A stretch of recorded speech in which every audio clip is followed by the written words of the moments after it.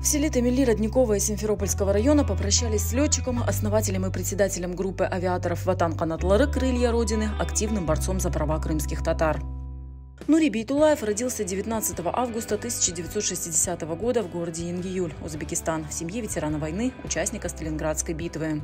Стать летчиком было его детской мечтой, и уже в школе он начал заниматься авиамоделированием и запустил свой первый самолет. После школы Нури Бейтулаев поступил в Кировское военное авиационно-техническое училище на специальность бортпроводник. Окончив его, работал бортмехаником на вертолете Ми-8 в Ашхабаде. Позже продолжил учебу в Киевском авиационном институте на специальности бортинженер самолета Ту-154. Работал на узбекских авиалиниях в авиакомпании «Крым». До 2012 года был ведущим специалистом отдела транспорта в правительстве Крыма. В начале 90-х основал организацию Ватан Канатлары «Крылья Родины», куда входили крымско-татарские авиаторы. С приездом в Крым Нури Бейтулаев боролся за присвоение Симферопольскому международному аэропорту имени прославленного крымско-татарского летчика, дважды Героя Советского Союза Амитхана Султана. Но добиться этого ему так и не удалось.